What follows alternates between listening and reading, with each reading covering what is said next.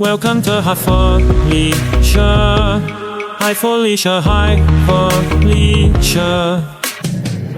Okay, you've got Marni and Casey here. We're giving Felicia the week off because we have pre-recorded an amazing interview with Miss Jaime Gleicher, who is co-producer of the hit Broadway show Tony-nominated John Proctor is the Villain, and she starred, created, wrote, produced on MTV's Rich Girls back in the day. So I just want to give a little update. This is like hot news right now. It just broke. But there's a couple that was on this Jumbotron last night in Boston for this Coldplay concert.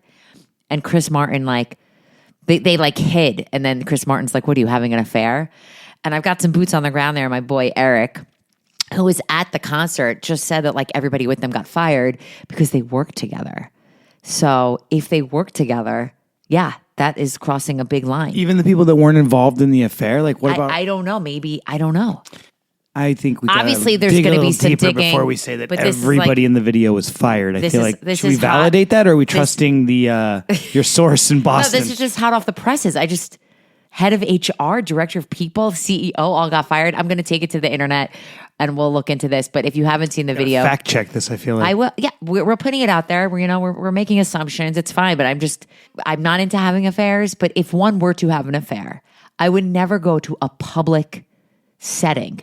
But I guess everybody that they work with knew, right? So you're having an affair with somebody you work with, and everyone's like, "Oh, let's go see Coldplay." It's hiding in plain sight. But you're kind hiding in plain sight. You're also surrounded by thousands of people that don't know you. So I guess the odds of being on the Jumbotron are probably pretty slim. What about the odds of running into somebody you know? I run into people I know wherever I go. So if I'm having an affair, it's going to be blown away by every person I run into at every corner.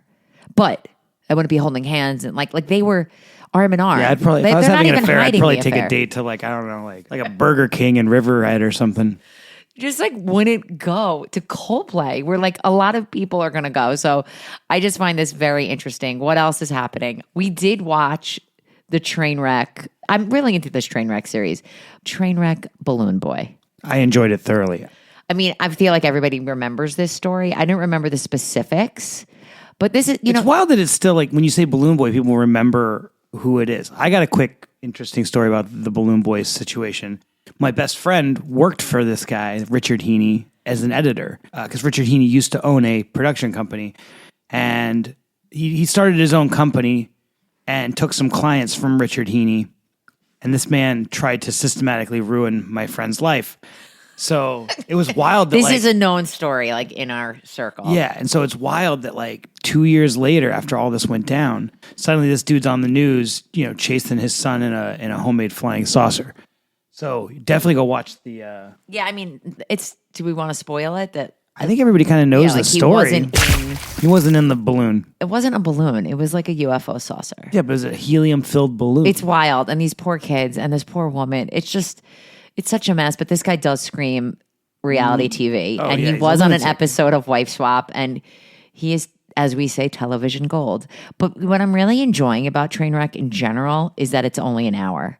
So that is super enjoyable. Also, I watched the first 2 episodes of The Summer I Turned Pretty. I have real mixed feelings about this show because I just think there's so many decisions being made that shouldn't be made. But I know it's based on a book, so I can't really be upset if she's going to make a big deal of him cheating on her when they're on a break. If you're on a break, you could have sex and sleep around, don't you think? If you're on a break, Casey? I guess. I don't know what the laws are on that. Well, I'm asking you, if you're on a break, when we were on a break once. Oh, for sure. Yeah, I know you dated. All over the place.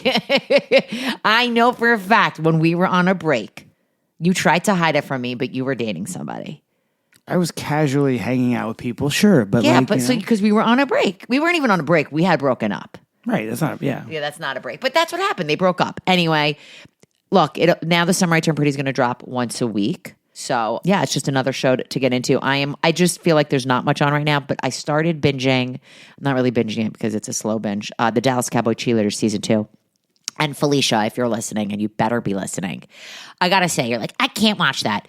You love watching dancing. There's so much great dancers, technique, form, control. This is a great show to watch. And, they break the fourth wall, meaning like they cover and they're very aware that they had a show last season.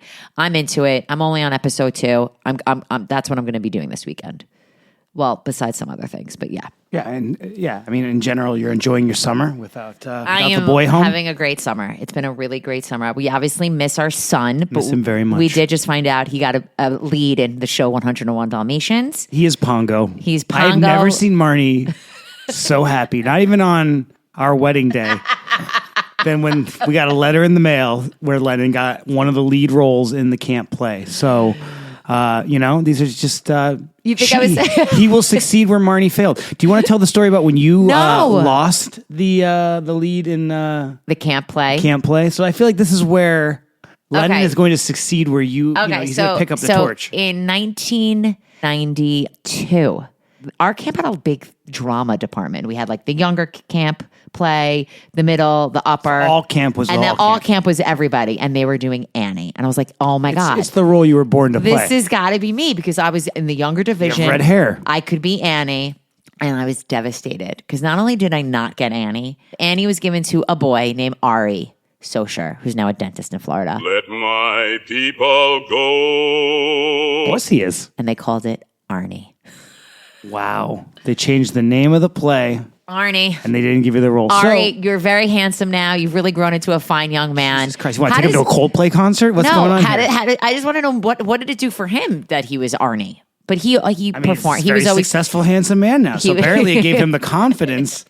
He always got great parts. So now Lennon is going to pick up pass the torch, and he's Pongo now. I did get the leads as I got older. Like I was Adelaide in Guys and Dolls. I did Fame. I was Audrey in Little Shop of Horrors. So I did make up for it as I got older. But when I was younger, Annie, I just feel like this is a lob ball. They just put it on the tee and then like removed the ball. It was weird. It was pretty. Yeah, it was very. We got to get doing a little investigative work and figure out like what happened that year. Why? I don't know if who paid who to get that. The drama guy's name was Eric. I don't know his last name. I do have a little research. I do have an image of the ones that we were cast as orphans. Wow. So I want to just give a little disclaimer about this conversation with Jamie. There's a disclaimer meaning that there's some sensitive topics here. The Broadway show is about sexual assault, the Me Too movement. So I just wanted to give a warning. This conversation is really raw. Jamie got vulnerable, and I want to thank her for that. I learned things that I didn't realize. I've known her for over 20 years, and I'm proud of her. She's now officially a licensed psychotherapist. She's invested in Broadway shows such as POTUS, Parade, which I loved with Benjamin Platt. I feel like John Proctor is the villain, is a real big moment for her. And she also has a line called Live Rainbowfully, which is like fun, crafty jewelry and beads and merchandise for the show. She's killing it now, but she's been through a lot. And of course, how do I not say, but she was starring in MTV's Rich Girls back in like 2004, right after the Osbournes and the Newlyweds with Jessica Simpson. And I know I watched Rich Girls when it was on. So when I met Jamie, I was kind of like, oh my God, you were on Rich Girls. And then we became friends. And this conversation's, it's really great. And I hope you guys take a listen. Oh my God, Jamie Gleicher, thank you for joining us. You haven't aged. I haven't seen you in 20 years. Well, didn't I ran into you at the Pink concert. Oh, yes. Forgot about that. Yeah, I love Pink. Who doesn't love Pink? Yeah, it's been a long time. It has been. It has been a long time. And I just read your biography. So we have it. And like my biography. Your biography from the Playbill. And you've done so much. I'm so proud of you. Thank you. Yeah. Sometimes it doesn't feel like I've done so much because I've just been in it. But I really have been so fortunate to dabble in everything that I love in my life so far. I've built careers out of it. So I do want to talk to you about this Broadway show because we spoke about it, and right away I've been telling people I had no idea what this was about, and maybe it's best if people go in not knowing. I don't know. I don't know if how much people are looking on social media, but like you have to tell me how this came across your desk. How did you get involved? Okay, so Broadway has always been the love of my life. I was never really into television. I was a big reader, but I was so studious. And back in the day when I was in high school, there was no streaming. So I went to Broadway shows with my dad, and that's what we shared. And I wanted to be on Broadway. I went to the professional children's school so that I could train and audition, but I can't dance. So I was not a triple threat. I was a double threat, and you have to be a triple threat. So that didn't happen, but I always knew that at some point I wanted to do something in the theater industry. I have a friend of mine that I saw had won the Tony for Hadestown, and I saw him on the Tonys, and I went for a drink with him, and I was like, how'd you do that? And he's like, well, you start with investing. So then there was this thing that happened called the pandemic. I know what that is. And, he had said, if there's a script that comes, on my desk, I'll send it. And the pandemic happened. And then in 2003, was it? Yeah. 2002. 2002? Sorry, 2022. Okay. Oh my God. Okay. It's Sorry. 2022. I got a script. It was the first time I had read a play in a really long time, and it was POTUS. So it was hard to picture it in my mind with the staging. And the first word of the play is the C word. But he had sent it to me because it's a very feminist piece. Yep. Girl power. I went to Barnard. Like, that's who I am. And most of the creative team was women. And I said to him, before I invest in this, I want to talk to a female producer on the show. And I got on a Zoom. I didn't know who she was at the time, with Lynette Howell-Taylor, who is a huge, huge film producer in LA. And this was her first Broadway foray. And it was a big deal that she just got on a Zoom with like a lowly investor kind of. And I said to her, like, how much involvement can I have? And can I learn from people? And she was like, absolutely. And so I signed on. It was the most empowering experience I've ever had in my life. As an investor, you can stay really behind the scenes, but I was going to say, explain to people, you're not just giving money. Like, explain to people, what is your day to day? How involved are you in the show? Well, investor, you just give money. For me, I promoted on social media. I went to the show 30 times. I loved bringing my friends. It was so funny. It was so cathartic for me. I remember this. Tell us some of the people that were in the show. I remember. Jules Huff, yep. Rachel Dratch, Leah Delaria, Julie White, Lily Cooper, Vanessa Williams, and Susie Nakamura. She's amazing. It had the star power. It was incredible. It really became like a sport. Like, I cheered for it and I went, and it was just so incredible. And I'm not like a sports person, but I really championed it, I guess. And I met a lot of incredible like theater people who are my people, the creatives, and, networked a lot with producers, and it just happened organically. And then I go to the theater all the time. And I went to see Parade with Ben Platt and Michaela Diamond at City Center. And I went with my boss. I'm also a therapist. And I went with her, and I left the show, and I was like, if this goes to Broadway, I need to be a part of it. I don't think I knew you had ties to Parade, which I saw. Wow. Oh, yeah. Yeah. Wow. And so it just so happened that it was being produced by Seaview, Greg Noble, and he's a huge producer. And he had produced POTUS. And so I signed on to that, invested in that, and it was the same thing. It was a show. POTUS was really the feminist side of me. Parade, I'm a Jewish woman, and I wanted to bring things to the stage. Investing is almost, I want to say, like being a patron of the arts. You do not go into Broadway investing thinking that you'll get your money back. That's what I was just going to ask you. I heard, is the idea just to break even? Recoupment is really the goal. And then, of course, there are shows that do better, like Hamilton, and sure, like those investors are making the money now. Yeah, but you go into the show, wanting to bring something to the stage, right? That you have to be something passionate about it. It's not so much about the money and getting it, as long as you get recouped. This makes sense. Yeah.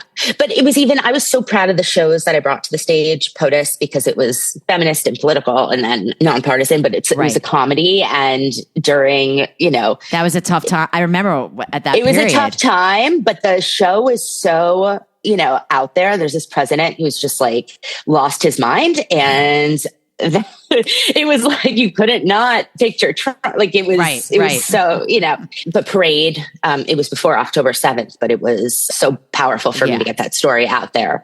And then I knew that I really wanted to produce if I could find something that I loved. And I really wanted to be a producer on the musical Suffs. Okay. We didn't see that. It was incredible. And I was so into it and I really tried. So a producer gets investors to invest with them a larger amount of money and brings that to the table. And I failed at that. I'd never done it before. And I also was in a place where I went through a hard time and there was so much going on in my life. And that was a huge, I was very upset. It was a huge failure that I couldn't be a part of the show. I saw it, I loved it, I listened to it every night, but like I really, it was almost like, okay, I'm not going to be able to ever be a producer. Okay, like I can't do it. Right. And what was it's really hard to ask people for money. Yep. It's really hard to ask people for money. And so that was almost like I was in a period of grieving. Like I was so sad that I couldn't do it.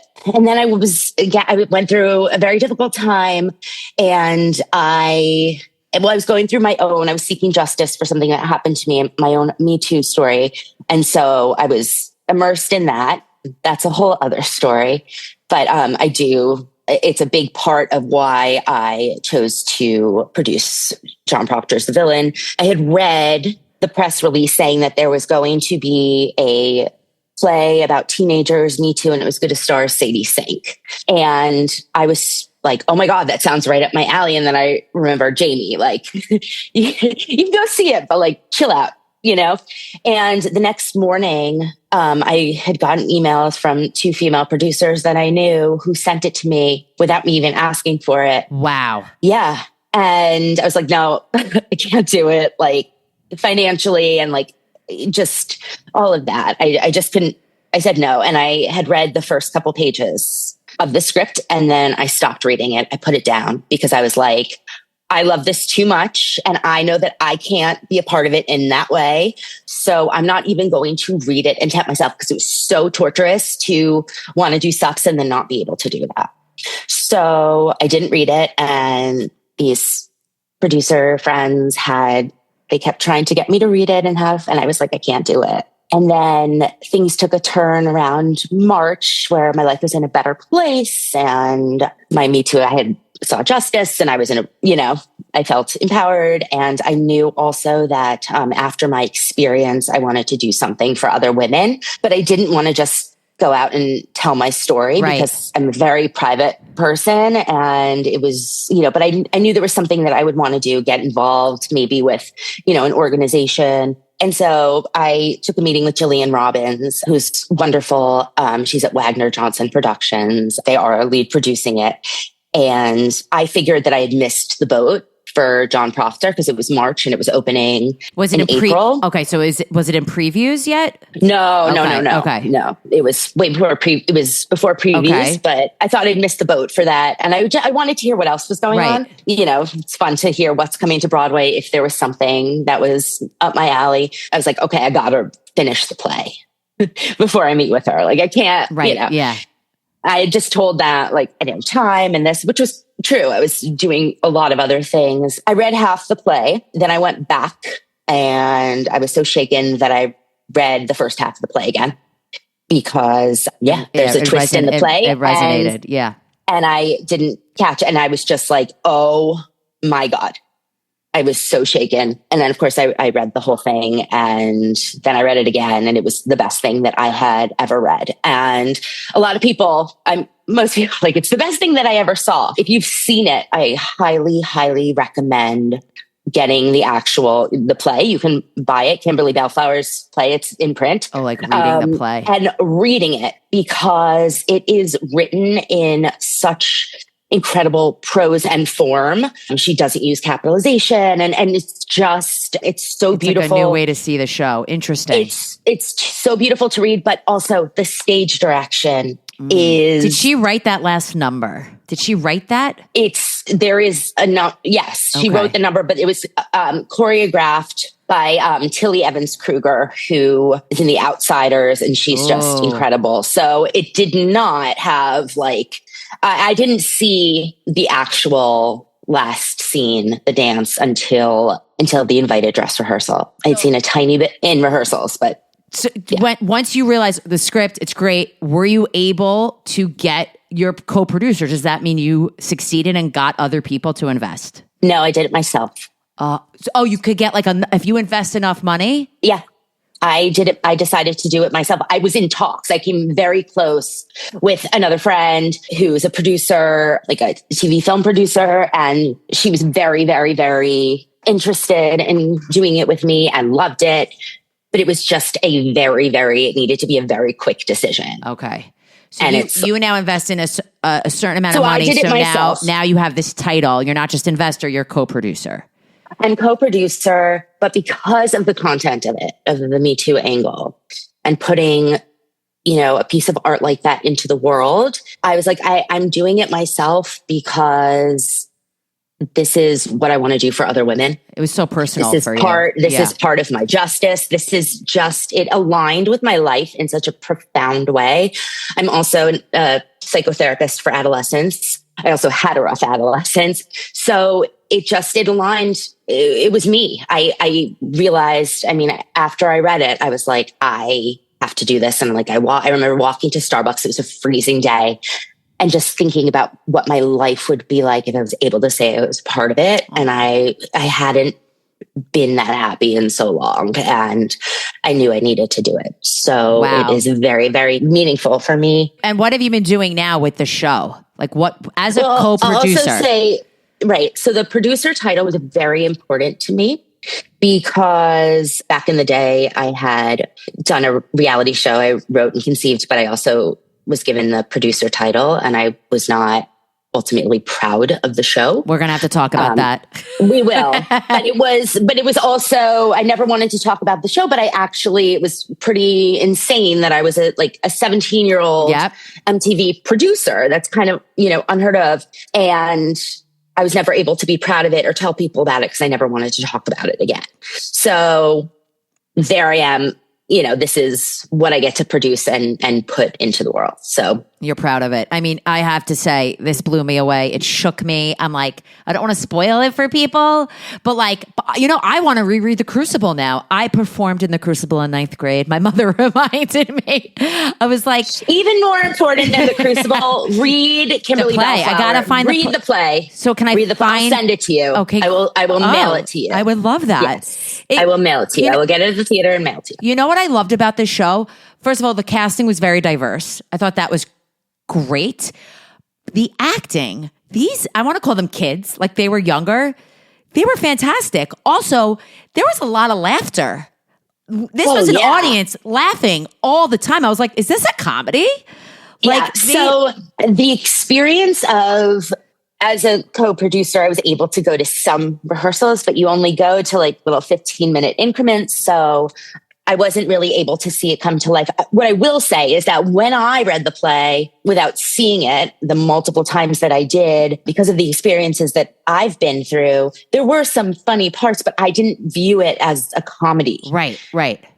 Because I had been through that. It was a very serious piece for me. I saw the invited dress rehearsal, which was the night before previews opened. I am working on a memoir, and I was actually going the next day, and this had been planned for a while. I had gotten into Sirenland Writers Conference in Positano, Italy, and it happened to be the night of the first preview. So I went to the first dress rehearsal, and I was completely shaken. The acting, it was beyond what I could have ever imagined. Right. Each young actor brings so much. Yeah.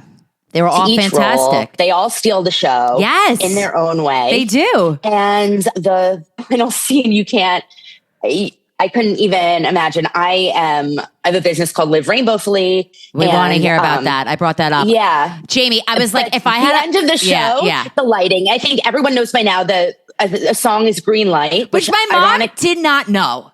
I didn't know it either. What? And I did not know it before the show. And I knew, I had spoken to, the producers, and I knew that there was going to be an ending, and I knew that the floor was going to light up green.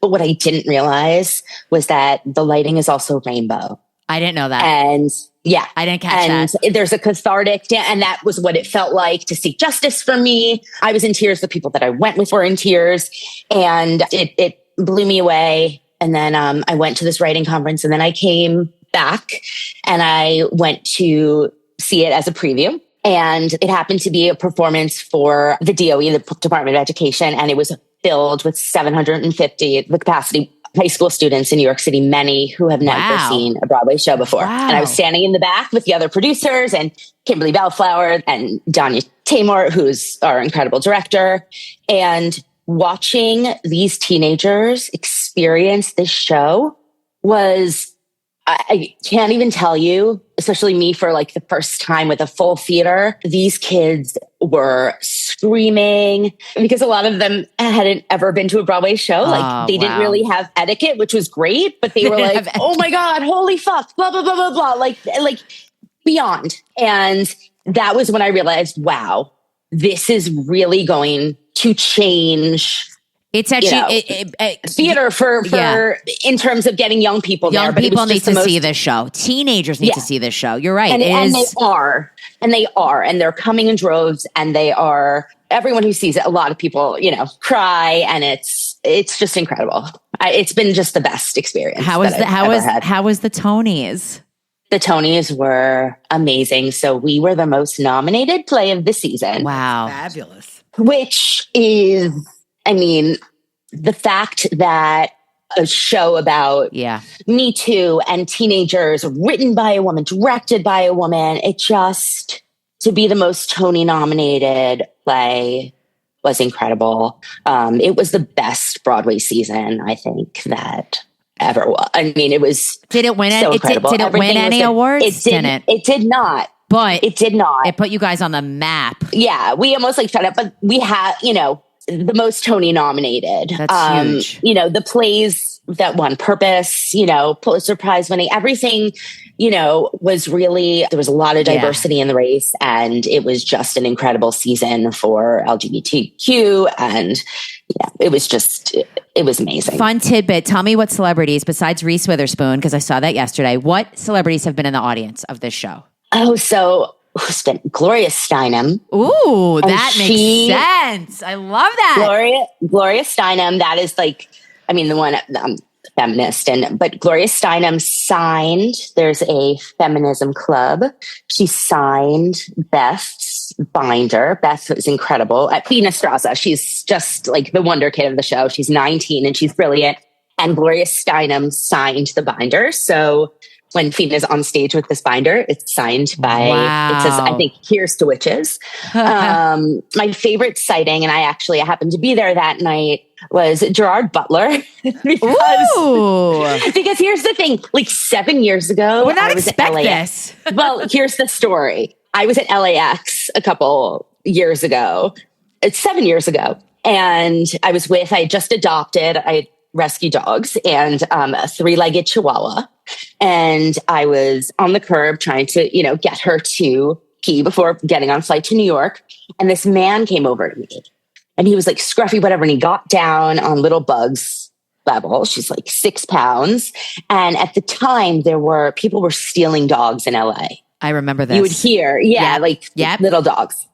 And this man, I was wearing a hat and he was like kind of scruffy. And he said to me, "Can I pick your dog up?" And I was like, "No." And I was like really freaked out. And he just, I was really trying to be like, "Oh, we have a flight to catch." And he looked up. He had the most gorgeous eyes. And I was like, oh my God. And I couldn't really think of his name, but as a musical theater person, he was the Phantom of the Opera. Right. And so I said, "Hi, I'm Jamie." And he said, "Jerry." And I was like, huh. I was like, oh my. And I said, "Are you Gerard Butler?" He said, "Yes." I said, "You can hold her." So we took a picture and it was like the greatest moment. And then, on social media, everyone thought it was the coolest, that little bug. And I saw him and he was like near me in the orchestra. And I went up to him and I said, "You would obviously not remember this." And he said, "Well, show me." If the show was going to start, he said, "Show me the picture." Oh my God. So I found the picture and I handed him my phone after, and he took the phone. He could not believe that it wasn't in my favorites folder. So he pressed the heart. And so that for me was so sweet. Funny. But Cynthia Erivo, I walked into the theater. So I do a collection of merchandise for the show. I have we need to discuss this called Live Rainbowfully. That was just the icing, the sprinkles on the ice cream sundae of the show for me, the rainbow sprinkles, is that I do a bracelet collection. They say fuck Feminist Club and Coven. And I do a mirror that says, I saw the mirror. I didn't see the bracelet. My body is a fact. The bracelets sell out. So the stuff sells out after every show. I can't make it fast enough. And then a jewelry box that says in my witchy era. It's amazing. Like I go, through the stage door like every day to refill my stuff. And it's just so special. And one day I went in and the front of the house. So, all the ushers, they're the most incredible people. I've become friends with the security guards. They were all so excited. They're always excited to see me. No. But they were like bursting, and they told me that the night before, Cynthia Erivo, who is like my favorite ever, bought the jewelry box that said in my witchy era. So Cynthia Erivo has my jewelry box. And that to me, I like nearly fainted. Like you're like, I'm good. Like I'm so blown away. So yeah, Lin-Manuel went.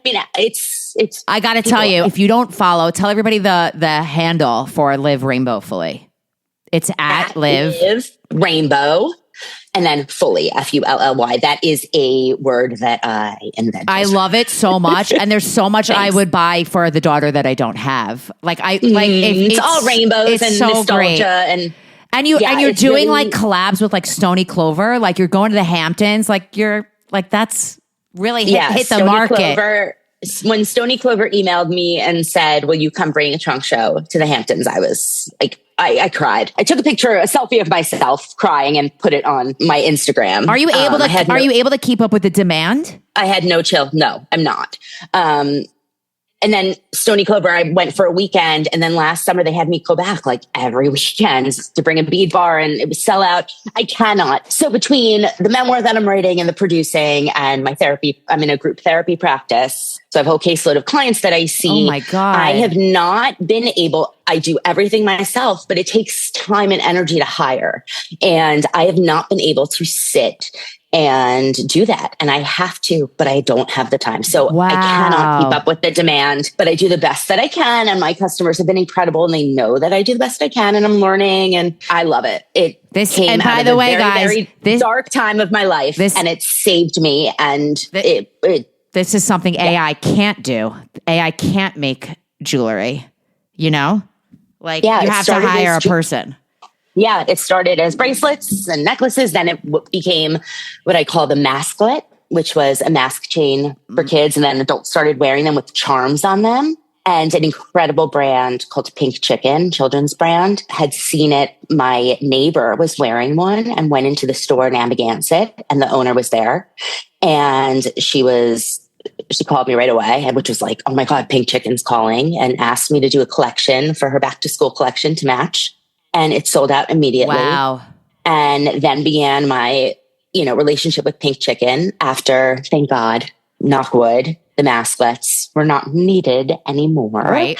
They carried my hair accessories. And then I did a Christmas collection for them that just blew up and it was sold out. And then I did a Hanukkah collection. So, and they have me in the store all the time. It has been the most incredible thing. Therese, all of these brands. This is so exciting. Check it out. Yeah. It's amazing.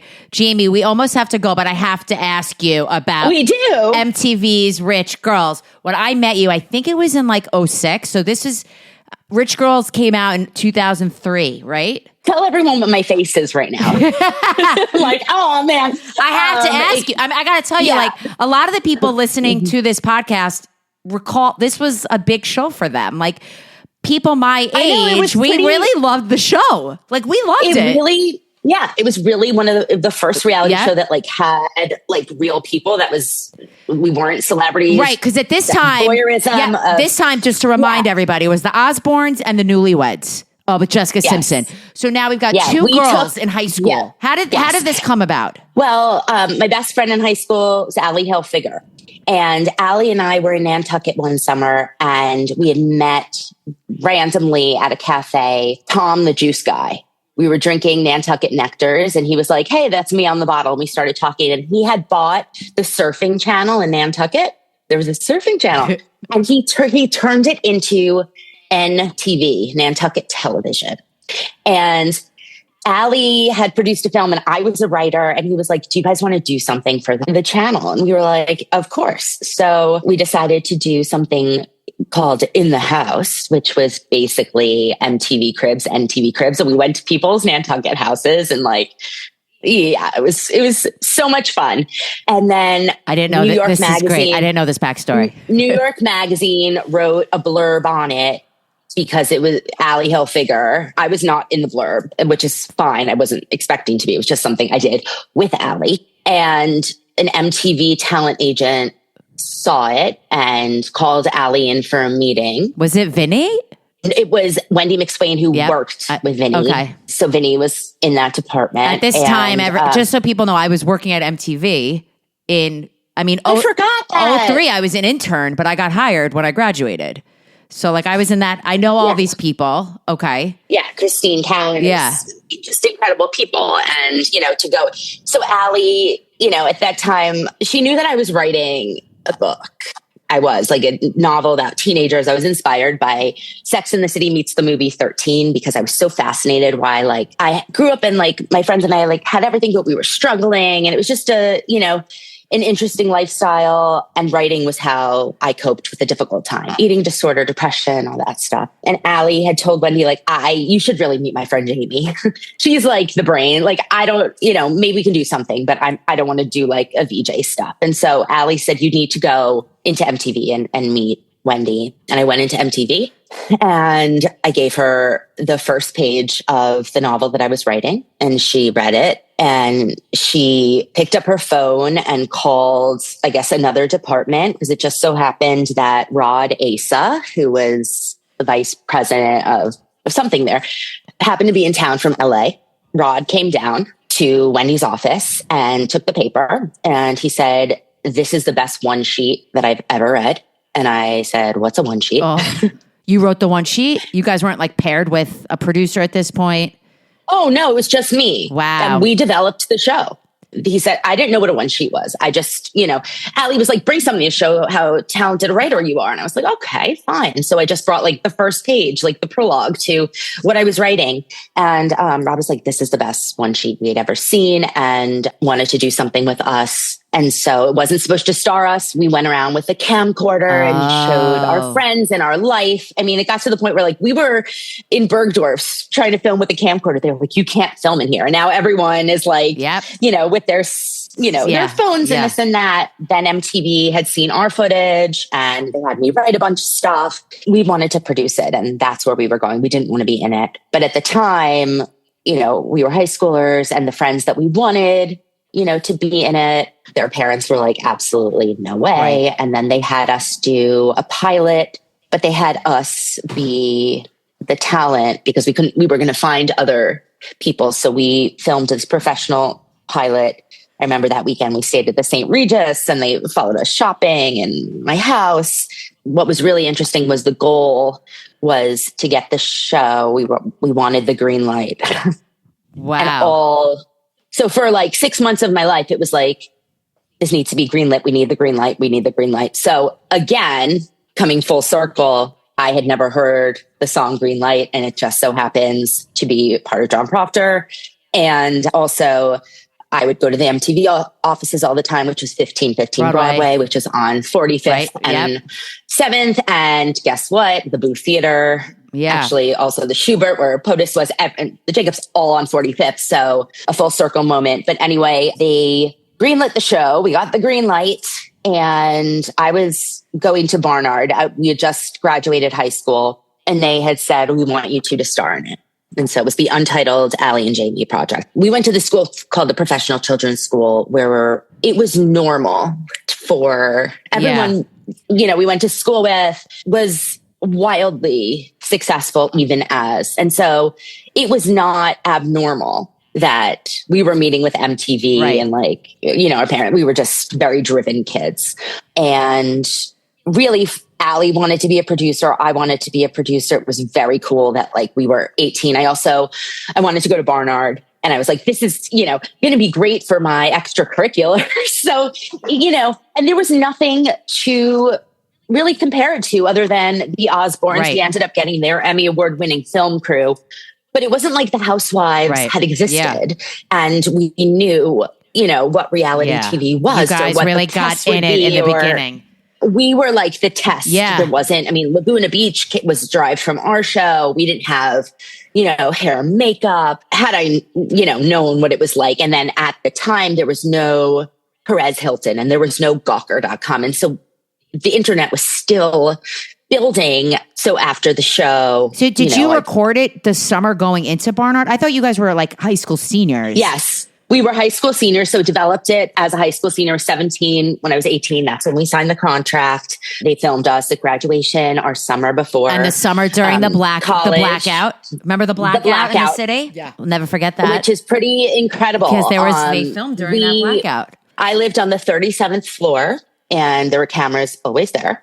And there was a blackout. I actually, at that time, was filming and I was on the phone. I was calling my Barnard roommate for the first time. And the phone went out. And I had a panic attack because, you know, I was really anxiety traumatized by 9/11. And we were trapped on the 37th floor and nobody knew what was going on. We didn't know at that point. Like, is it terrorism, this, that, and they're filming me and I'm having a panic attack. So if you had seen that episode, like it was legitimately scary. But, you know, the camera crew was there and they set up a time elapse from we had this incredible view on the 37th floor. So we are like the only footage of the blackout that's a time elapse because oh my God, you know, no one was prepared to film it. And so it was really cool. And people wrote articles about it like for the 10-year anniversary. So that was cool. But like, do you regret doing this show? Like I always say this, I've worked on reality TV. Mm-hmm. I think reality television changes people. I don't think it changed you. You were too young to be changed. I think now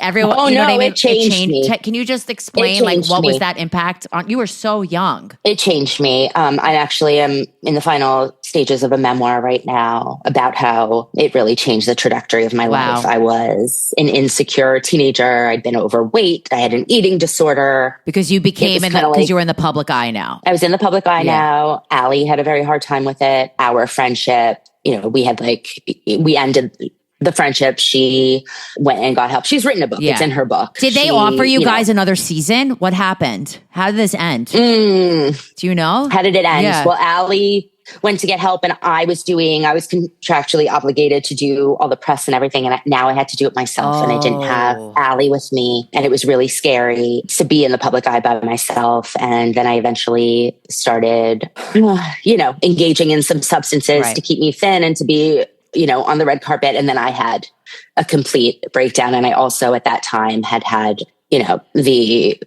unfortunately things happened to me, the Me Too movement that completely altered my life. I ended up going to psychiatric hospital and I was in and out because it damaged me.